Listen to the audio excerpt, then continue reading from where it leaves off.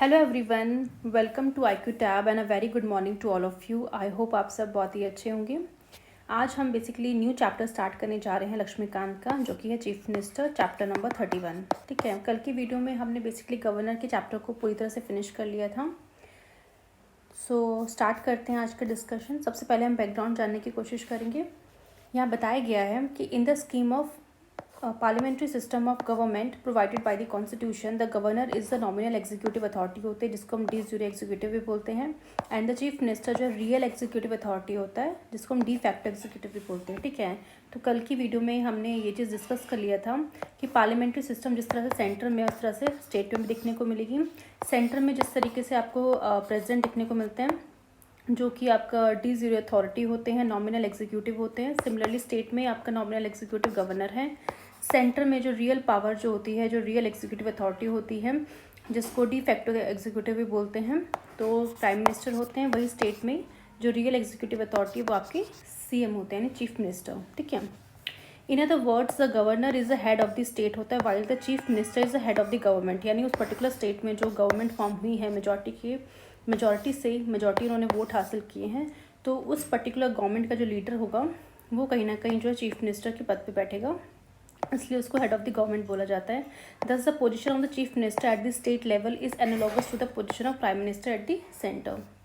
तो यहाँ पे हमने बैकग्राउंड देख लिया। अब हम अपॉइंटमेंट के बारे में देखते हैं कि किस तरीके से चीफ मिनिस्टर का अपॉइंटमेंट होता है।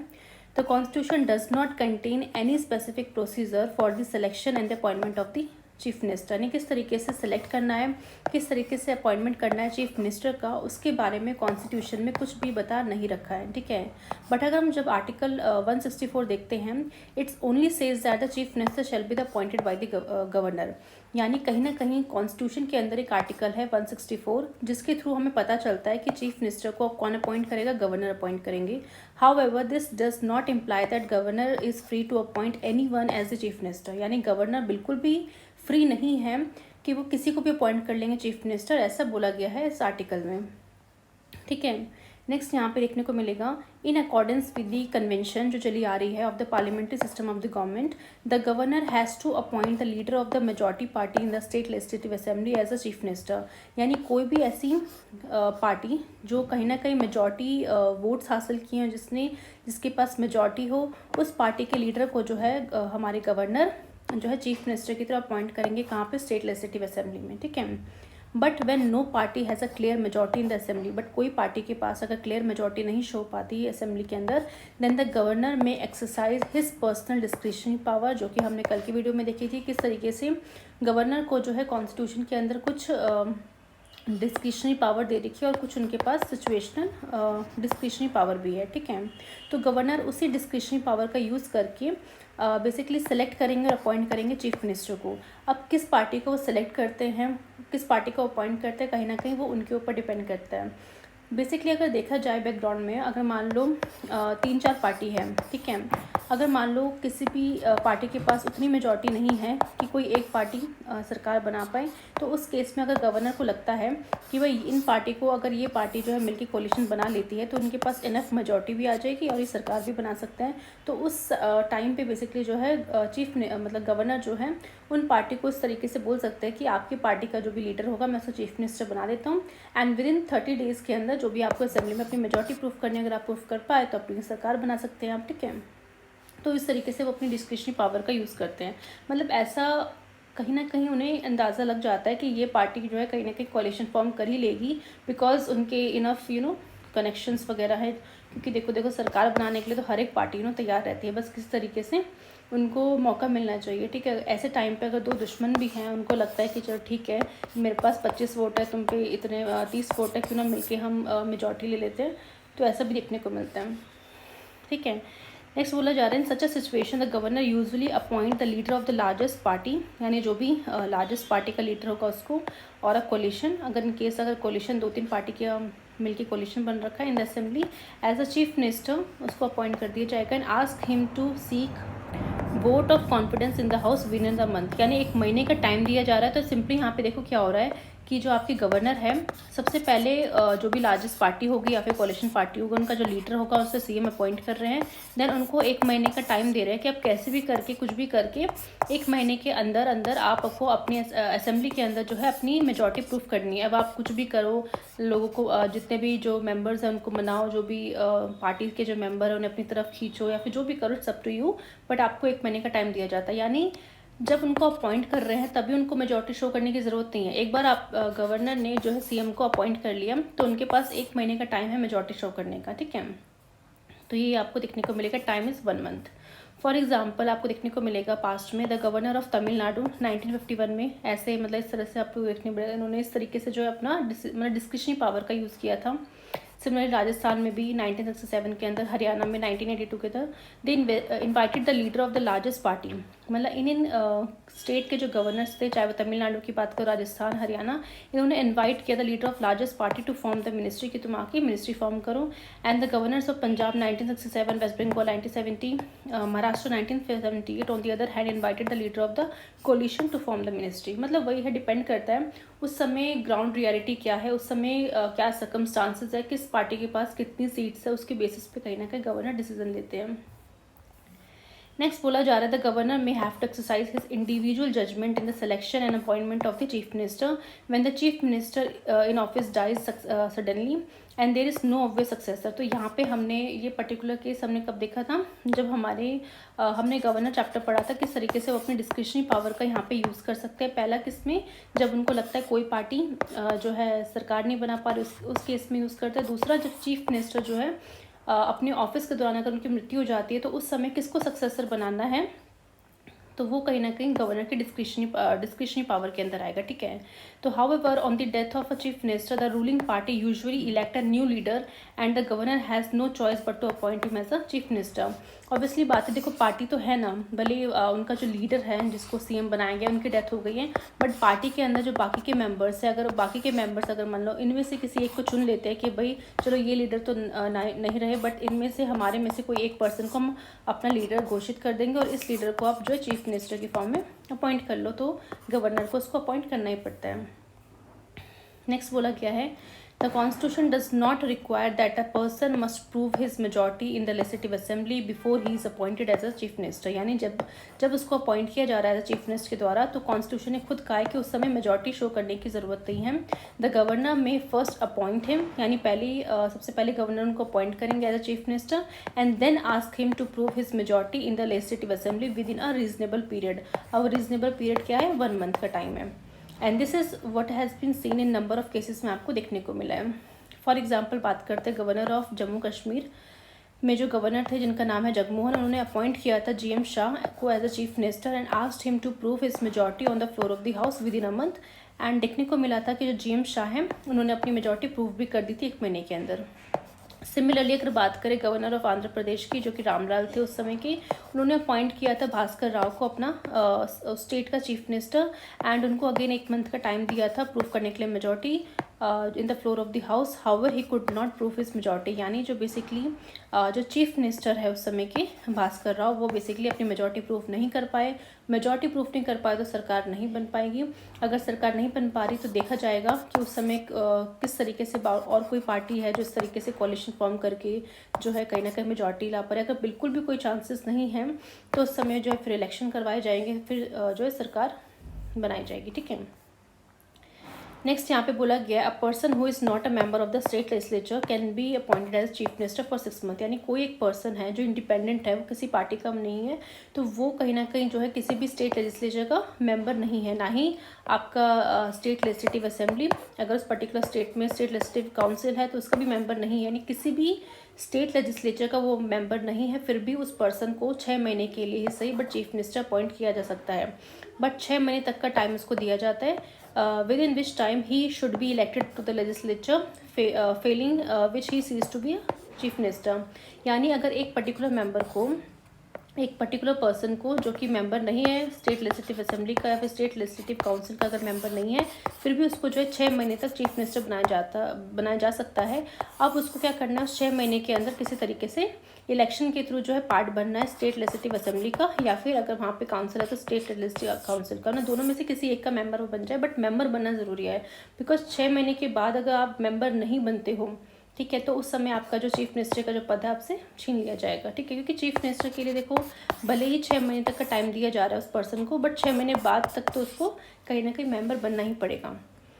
नेक्स्ट बोला जा रहा है, according to the constitution the chief minister may be member of any of the 2 houses of a state legislature. क्योंकि कॉन्स्टिट्यूशन खुद वो बोलता है कि चीफ मिनिस्टर जो है मेंबर होना चाहिए किसी भी 2 houses of the state legislature का। सिमिलरली पीएम के केस में भी यही था कि पीएम भी जो है दोनों हाउसेस में किसी एक का मेंबर होना चाहिए, चाहे लोकसभा का हो या राज्यसभा का हो, ठीक है।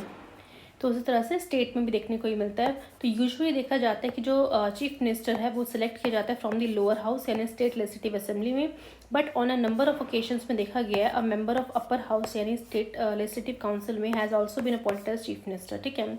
होता ये है कि जो स्टेट लेजिस्लेटिव असेंबली होती है ना, वहाँ पे कहीं ना कहीं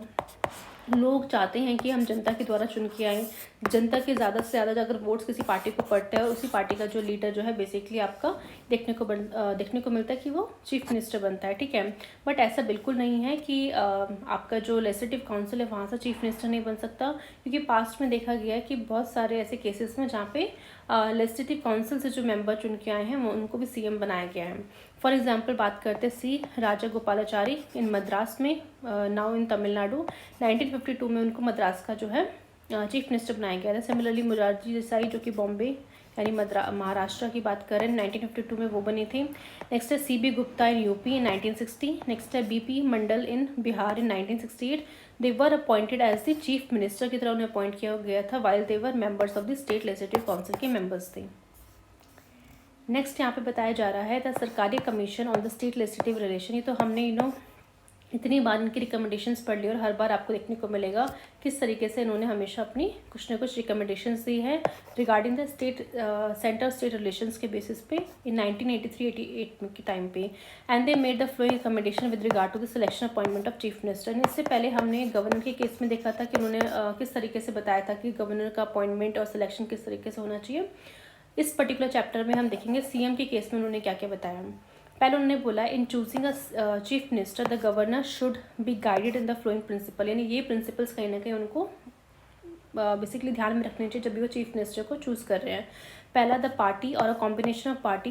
विच commands the widest support in the legislative assembly should be called for the form of the government, यानी बेसिकली उनको यानी ऐसी कोई पार्टी जिसके पास वाइडेस्ट सपोर्ट हो, सबसे ज़्यादा सपोर्ट और मेजॉरिटी हो, उन्हीं को ही उस पर्टिकुलर पार्टी को या उस पर्टिकुलर कोलिशन को ही आपको असेंबली में अपनी सरकार बनाने के लिए बेसिकली बुलाना है, अपॉइंट करना है। नेक्स्ट बोला गया the governor task is to see that a government is formed, not try to form a government which will pursue policies which he she approves, ठीक है। तो सेकेंड रिकमेंडेशन बेसिकली ये बोला गया है कि गवर्नर का टास्क ये है ये चेक करना कि सरकार सही से बन रही है या नहीं बन रही, जो बना रहा जो सरकार बेसिकली फॉर्म कर रहा है, जो पर्टिकुलर पार्टी सरकार बना रही है उनके पास अच्छी मेजॉरिटी है नहीं, ये चेक करना है, ना कि खुद जो है सरकार को बनाए, ठीक है। यानी खुद ही वो गवर्नर जो है खुद से जो है ट्राई कर रहे हैं कि हम फॉर्म कर देते हैं गवर्नमेंट, और ऐसी गवर्नमेंट बना रहे जो कहीं ना कहीं उनकी जो पॉलिसीज़ है उनको अप्रूव करे वो, ठीक है। तो इस तरीके से नहीं करना है, जो कॉन्स्टिट्यूशन में जिस तरीके से प्रोविजंस दे रखे हैं उसके हिसाब से जो है चूज़ करना है, सिलेक्ट करना है बेसिकली ऐसी पार्टी को जो कहीं ना कहीं गवर्नमेंट फॉर्म कर रही है, एंड उस पर्टिकुलर पार्टी का जो लीडर होगा उसको चीफ मिनिस्टर की तरह अपॉइंट करना है। सेकेंड रिकमेंडेशन बोला गया है if there is a single party having an absolute majority in the legislative assembly the leader of the party should automatically he ask to become a chief minister, ठीक है। तो ये चीज़ हमने अभी भी समझी है कि किस तरीके से अगर मान लो कोई भी सिंगल पार्टी है जिसके पास अच्छी मेजॉरिटी है तो उस पार्टी का लीडर जो है उसको ऑटोमेटिकली आप जो है चीफ मिनिस्टर की तरह अपॉइंट कर दोगे। However if there is no such party अगर नहीं है तो governor should select a chief minister for among the following parties और groups of parties by sounding them in turn in order of preference indicated below. अब यहाँ पे क्या है उन्होंने प्रेफरेंस का ऑर्डर बताया। देखो अभी तक हम क्या समझ रहे हैं, अभी तक हमने ये देखा कि गवर्नमेंट को अगर लगेगा मतलब सॉरी गवर्नर को अगर लगेगा कि हाँ भाई ये जो पर्टिकुलर पार्टी है ना ये कहीं ना कहीं मेजॉरिटी ना हासिल कर ही लेगी, 1 महीने का टाइम जो मैंने दिया है ना तो कहीं ना कहीं से मेजॉरिटी लेके ही आ जाएंगे, या फिर ये पर्टिकुलर कोलिशन पार्टी जो है ना साथ में मिलके तो ये 3-4 पार्टियाँ अगर ये अपने वोट्स को मिला लें तो कहीं ना कहीं ये साथ में मिलकर अगर काम करेंगे तो ये भी मेजॉरिटी अच्छे से ले आएंगे। तो यहाँ पे हमने जो पहले पढ़ा था वहाँ पे कोई प्रेफरेंस के बारे में बताई थी कि गवर्नर के पास पहले ये स्टेप है, इसको देखेंगे, अगर ये नहीं हुआ तो फिर सेकेंड स्टेप नहीं। बट यहाँ पे देखने को मिलेगा कि सरकारी कमीशन है उसने कहा है कि गवर्नमेंट इस तरह से कर तो सकता है बट एक ऑर्डर ऑफ प्रेफरेंस को ज़रूर फॉलो करे। वो ऑर्डर ऑफ प्रेफरेंस क्या है वो हम देख लेते हैं। पहला उन्होंने ऑर्डर बताया है कि an alliance of party that has found prior to the election, यानी एक ऐसा अलायंस पार्टी का, मतलब जब इलेक्शन हो रहे थे, देखो इलेक्शन होने से पहले देखो कुछ पार्टीज होती है इंडिपेंडेंटली लड़ती हैं, कुछ सिंगल पार्टी के फॉर्म में लड़ती है, कुछ पहले से ही ना कोलिशन बना लेती है क्योंकि उन्हें पता होता है कि अगर हम दोनों अगर पार्टी है, क्योंकि उन्हें पता होता है फॉर एग्जाम्पल कोई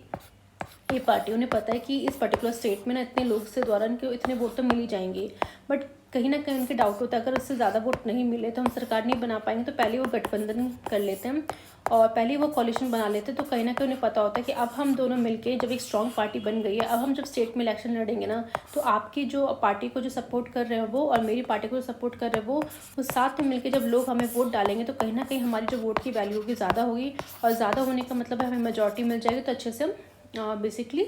सरकार अपनी बना सकते हैं। तो इसलिए बोला जा रहा है कि अगर गवर्नर जब चूज़ करेगा ऐसे केस में जहाँ पे मेजॉरिटी नहीं है तो वो ऐसी पार्टी के अलायंस को या फिर ऐसी गठबंधन की सरकार को पार्टी को चूज़ करे जिसने पहले से अलायंस बनाना है, यानी इलेक्शन होने से पहले ही उन्होंने अपना अलायंस बना रखा है उन पार्टीज़ ने, तो उन पार्टी को पहले प्रेफर करना है। अगर उन पार्टी को लगता है कि उनके पास जो है उनके वोट्स को मिला के या फिर जो भी उनके वोट्स हैं अगर लगता है कि वो उन्होंने जो है कहीं ना कहीं इतनी मेजॉरिटी हासिल कर रखी है तो उनको पहले मौका मिलना चाहिए सरकार बनाने का। सेकंड प्रेफरेंस बोला जा रहा है the largest single party staking to claim form the government with the support of the others including the independent, यानी एक लार्जेस्ट सिंगल पार्टी है, ठीक है, एक सिंगल पार्टी है जो कि लार्जेस्ट है एंड वो क्लेम कर रही है कि वो गवर्नमेंट बना लेगी but with the support of the others, यानी अगर उनको बाकी लोगों का सपोर्ट मिल जाए, ऑल तो उनके पास अच्छे खासे वोट है बट कुछ वोट्स की कमी होने के कारण वो जो है सरकार नहीं बना पा रहे, तो उस केस में जहाँ पे उन्हें लग रहा है कि कुछ इंडिपेंडेंट लोग उनसे आगे मिल जाएं, उनकी पार्टी के साथ मिल जाएं, तो फाइनली वो गवर्नमेंट बना सकते हैं, तो सेकंड प्रेफरेंस ऐसी पार्टी को दिया जाएगा। थर्ड बोला जा रहा है पोस्ट इलेक्टोरल कोलिशन, यानी इलेक्शन के बाद अगर कोई कोलिशन बना रही है, ऐसी पार्टी जो कोलिशन बना रही है with all the partners in the coalition joining the government, ठीक है, यानी कि इलेक्शन हुआ, इलेक्शन होने के बाद रिजल्ट आ गया, पता चल गया कि भाई इस पार्टी के पास जो है हाँ मान लो 30 वोट मिले, इस पार्टी के पास मान लो 40 वोट मिले, तो इलेक्शन होने के बाद अब इन पार्टी ने डिसाइड किया कि यार देख मैं 30 से तो फॉर्म नहीं कर पाऊंगा, तो भी 40 से फॉर्म नहीं कर पाएगा, तो क्या करते हैं हम साथ में मिल जाते हैं। बट ये जो डिसीजन उन्होंने लिया है ना अलायंस बनाने का या कोलिशन बनाने का, वो कहीं ना कहीं जो है इलेक्शन होने के बाद यानी रिजल्ट जब आया उसके बाद उन्होंने डिसाइड किया कि यदि सरकार तो बनानी है, अभी यहाँ पे किसी भी पार्टी के पास इतनी मेजॉरिटी नहीं है, तो क्यों ना ऐसा करते हैं हम दोनों जो मिलकर कोलिशन बना लेते हैं एंड देन फिर सरकार फॉर्म कर लेंगे, तो ऐसी पार्टी को थर्ड प्रेफरेंस में रखना है। फोर्थ यहाँ पे बताया गया है a post electoral alliance of party with some of the parties in the alliance forming a government and the remaining parties including the independent supporting the government from the outside, यानी कि अब यहाँ पे भी देखा जा रहा है कि अगर मान लो इस केस में भी अगर कोई दो पार्टीज़ या फिर जो भी अलायंस अगर बना रही है इलेक्शन के बाद, अगर मान लो कोई अलायंस बना रही है फिर भी उनके पास इतना सपोर्ट नहीं है कि सरकार नहीं बना पा रहे, तो उस केस में क्या होगा, फोर्थ कंडीशन में भी वही बताया जा रहा है कि यहाँ पे पोस्ट इलेक्टोरल अलायंस तो बन गया पार्टी का,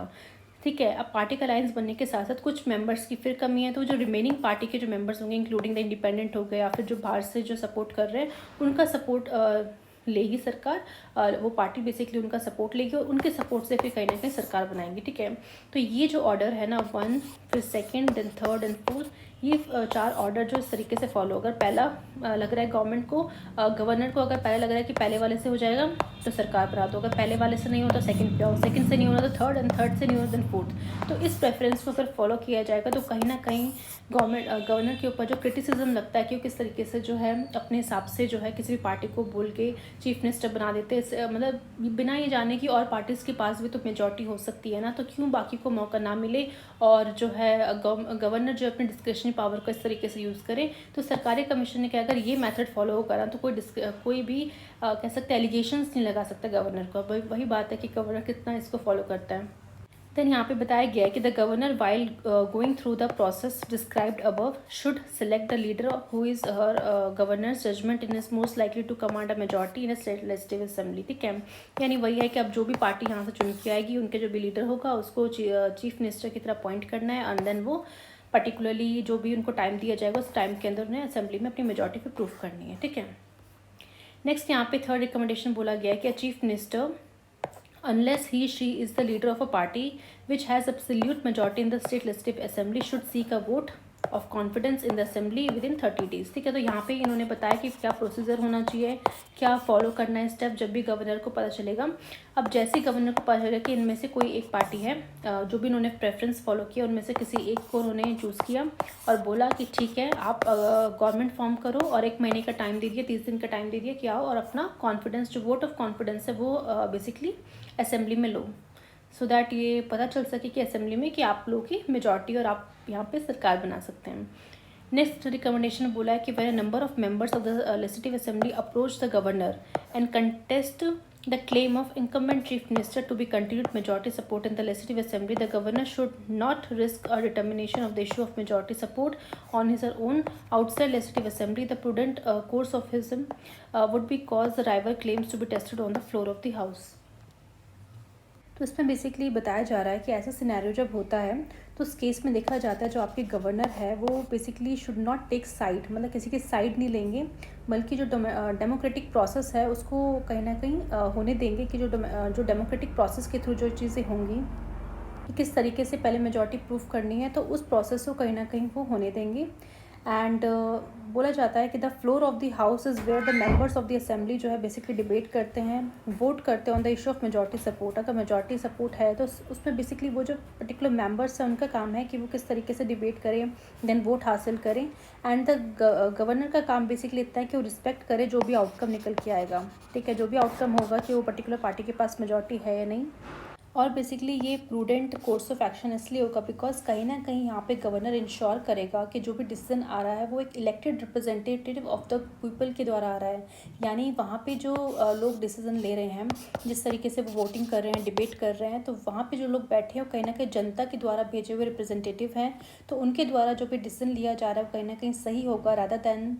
ऐसे लोगों के द्वारा जो कि अनइलेक्टेड ऑफिशियल हैं, ठीक है। तो इसलिए गवर्नर का मेन काम यही है कि जो भी आउटकम आए उसकी रिस्पेक्ट करो, अगर वो सच मेजॉरिटी आ पाती है तो वो गवर्नमेंट फॉर्म करने के लिए उनको बेसिकली प्रोत्साहित करना है और उनकी पार्टी का जो भी लीडर होगा उनको सीएम बना के उनका जो भी काम है, ड्यूटीज़ जो है बेसिकली एक सीएम की, उसको परफॉर्म करने के लिए उनको इनकरेज करना है, ठीक है। तो यहाँ पे ये सारी रिकमेंडेशन जो है सरकारी कमीशन के द्वारा दी गई थी। नेक्स्ट हम बात करते हैं ओथ की। तो यहाँ पे बताया जा रहा है before the chief minister enter his office, आने से पहले द गवर्नर एडमिनिस्टर करेंगे ओथ, ठीक है, ओथ एंड सिक्रेसी लेंगे। In his oath and secrecy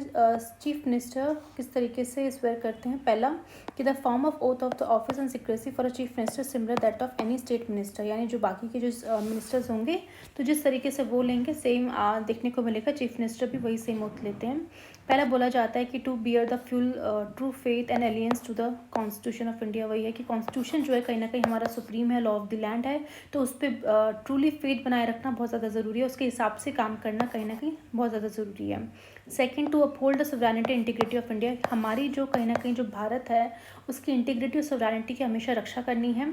to faithfully and conscientiously discharge करना ड्यूटीज़ ऑफ हिस ऑफिस, यानी जब भी आप एक पद पे बैठे हो, चाहे वो कोई पर्टिकुलर चीफ मिनिस्टर हो या बाकी मिनिस्टर्स हों, तो उन्हें जब भी जैसे वो अपने पद पे बैठ गए ना, तो उनकी जो ड्यूटी है ये बनती है कि वो फेथफुली काम करें, अपनी जो पद की जो गरिमा है उसको बना के रखें, ठीक है। नेक्स्ट है टू डू राइट और all the manner of people in accordance with the constitution on the law without fear and favour affection और इलविल, यानी जैसे ही आपको पद मिल गया है, अब आपको जो भी काम करना है वहाँ पे लोगों की भलाई के लिए काम करना है, कॉन्स्टिट्यूशन के हिसाब से काम करना है, लॉ को ध्यान में रख के काम करना है, बिना किसी डर के, बिना किसी फेवर के, बिना किसी इलविल भावना से, ऐसी कोई चीज़ों को दूर के मतलब रख के अपनी ड्यूटी को अच्छे से परफॉर्म करना है, ठीक है। तो ये चीज़ें कहीं ना कहीं आपको देखने को मिलेगा, चीफ मिनिस्टर बाकी के मिनिस्टर जो ओथ में इस तरीके से ओथ लेते हैं। नेक्स्ट बात करते हैं in his oath of secrecy, the chief minister swears that he will not directly or indirectly communicate or reveal to any person any matter that is brought under his consideration or becomes known to him as a state minister except as may be required for the due discharge of his duty as such minister, ठीक है। यानी simply यहाँ पे ये बोला गया है, oath के बारे में तो हमने देख लिया। अब सीक्रेसी की अगर बात करें तो चीफ मिनिस्टर ये भी स्वेयर करते हैं कि वो डायरेक्टली इनडायरेक्टली कम्युनिकेट नहीं करें, क्योंकि देखो एक पर्टिकुलर मैटर अगर उनके पास में आया है, अगर वहाँ पे सभी लोगों ने डिसाइड किया है कि वो काफ़ी इंपॉर्टेंट मैटर है, इस तरीके से किसी पर्सन के सामने जो है तब तक रिवील नहीं करना जब तक वो पर्टिकुलर जो है सीएम जब तक आदेश नहीं देंगे, ठीक है, फिर बाकी किसी मिनिस्टर को जब तक नहीं लगेगा तब तक वो है किसी भी जनता के सामने या फिर किसी भी पर्सन के सामने वो मैटर को रिवील नहीं करना है। ऐसा मैटर जो कहीं ना कहीं उनकी कंसिडरेशन के लिए आया है, जो कहीं ना कहीं इंपॉर्टेंट रोल रखता है उस पर्टिकुलर कह सकते हैं मिनिस्ट्री के लिए या फिर उस पर्टिकुलर गवर्नमेंट के लिए, ठीक है। तो ये हमने ओथ एंड सीक्रेसी को देख लिया। नेक्स्ट हम देखते हैं टर्म। तो टर्म के लिए बताया गया था the term of the chief minister is not fixed and hold office during the pleasure of the governor, ठीक है। तो ये चीज़ हमने तब भी देखी थी किस तरीके से यहाँ पे जो आपके जो गवर्नर हैं वो प्लेजर में काम करते हैं प्रेसिडेंट की, और सिमिलरली जो चीफ मिनिस्टर है उनका टर्म भी फिक्स नहीं है, यानी कहने को तो 5 साल है बट वो फिक्स नहीं है, वो भी कहीं ना कहीं गवर्नर की प्लेजर में काम करते हैं। However this does not mean that the governor can dismiss him at any time, ठीक है। जिस तरह से प्रेसिडेंट की केस गवर्नर के केस में देखा जाता है, तो गवर्नर के केस में देखा जाता है कि प्रेसिडेंट उन्हें किसी भी टाइम जो है निकाल सकते हैं, उसके लिए कोई उनको कुछ भी क्वेश्चन नहीं करेगा। बट यहाँ पे गवर्नर के पास पावर नहीं है कि वो किसी भी टाइम उनको निकाल दे, भले ही चीफ मिनिस्टर उनके प्रेशर पे है बट उनके पास इस तरीके से कभी भी वो नहीं निकाल सकते। यानी he can not dismissed by the governor as long as he enjoys a majority support in the legislative assembly, ठीक है। जब तक लेजिस्लेटिव असेंबली में पर्टिकुलरली उस पर्टिकुलर गवर्नमेंट की अगर मेजॉरिटी है तो सीएम को या बाकी मिनिस्टर्स को रिमूव नहीं किया जा सकता गवर्नर के द्वारा। But if he loses the confidence of the assembly, जैसी कॉन्फिडेंस जो है उस पर्टिकुलर पार्टी का बेसिकली गवर्नमेंट का अगर लूज होता है तो वो ही मस्ट रिज़ाइन, या तो खुद रिज़ाइन कर ले या फिर गवर्नर उनको जो है डिसमिस कर दे सकते हैं, ठीक है। नेक्स्ट बोला गया this was ruled by the supreme court in S R Bommai versus union of India, case आया था 1994 में, जहाँ बोला गया था however there have been many violation of this rule whereby the governor have dismissed the chief minister without giving them an opportunity to prove their majority in the legislative assembly। तो क्योंकि कई बार ऐसा देखो कॉन्स्टिट्यूशन में तो ये चीज़ें बता रखी है कि किस तरीके से गवर्नर को जो है बेसिकली सबसे पहले मौका देना है कि अगर मान लो उनको लगता है कि कोई पर्टिकुलर पार्टी है, ठीक है, जिनका कॉन्फिडेंस लूज़ हो रहा है, तो उनको मौका दो भाई कि असेंबली में एक बार अपनी मेजॉरिटी प्रूव करें। अगर लग रहा है कि मेजॉरिटी नहीं है तब जाके आप या तो उनको बोलो कि आप रिज़ाइन कर दो या तो आप उनको डिसमिस कर दो। बट बिना बोले अगर आप इस तरीके से डिसीजन ले रहे हैं गवर्नर, तो वो कहीं ना कहीं गलत है। दैट्स वाई सुप्रीम कोर्ट ने जो है 1994 पे S R Bommai versus union of India में के टाइम पे बेसिकली रूलिंग दी थी कि इस तरीके से अगर कोई करता है तो वो वॉयलेशन ऑफ द रूल माना जाएगा, ठीक है। क्योंकि ये वॉयलेशन ऑफ द रूल तो हो ही रहा है, ठीक है, गवर्नर इस तरीके से जो पर्टिकुलर रूल है उसको वॉयलेट कर ही रहे हैं। तो इसलिए सुप्रीम कोर्ट ने कहीं ना कहीं इस तरीके से गाइडलाइंस दी हैं कि गवर्नर जो है इस तरीके से डिसमिस नहीं कर सकते। अब देखो कितना फॉलो करते हैं गवर्नर, वो कहीं ना कहीं उनके ऊपर है। सैलरी की बात करते हैं तो बोला गया है the salary and allowance of the chief minister are determined by the state legislature की जो डिटरमाइन किया जाता है। In addition to the salary and allowance which are payable to a member of the state legislature he gets, मतलब देखो salary allowance तो मिलेगा ही मिलेगा, इसके अलावा जो सैलरी अलाउंस मिलता है, फ्री अकोमोडेशंस मिलता है, ट्रैवल अलाउंस मिलता है, मेडिकल फैसिलिटीज़ मिलती है। तो चाहे वो सीएम हो या बाकी मिनिस्टर्स हो, उन सबको ये सब चीज़ें मिलती हैं, ठीक है। तो यहाँ पे हमने जो है बेसिकली जो मेन चीज़ें थी कि किस तरीके से चीफ मिनिस्टर का या फिर बाकी मिनिस्टर्स का अपॉइंटमेंट किस तरीके से होता है, कैसे उनको ओथ लेनी है, टर्म उनका क्या है, सैलरी कितनी है, वो हमने डिस्कस कर ली। अब नेक्स्ट पार्ट जो है बेसिकली बचता है पावर्स का, ठीक है। तो ये जो पावर एंड फंक्शंस है वो नेक्स्ट वीडियो में हम कवर करेंगे। आई होप आपको आज की वीडियो अच्छी लगी हो। अगर आपको वीडियो में कोई भी डाउट हो, कुछ भी कंसेप्ट में कुछ भी डाउट हो तो आप कमेंट बॉक्स में लिखिएगा, ठीक है। आपकी डाउट्स को ज़रूर रिजॉल्व किया जाएगा। अगर वीडियो अच्छी लगी हो तो प्लीज़ लाइक शेयर और सब्सक्राइब कीजिएगा।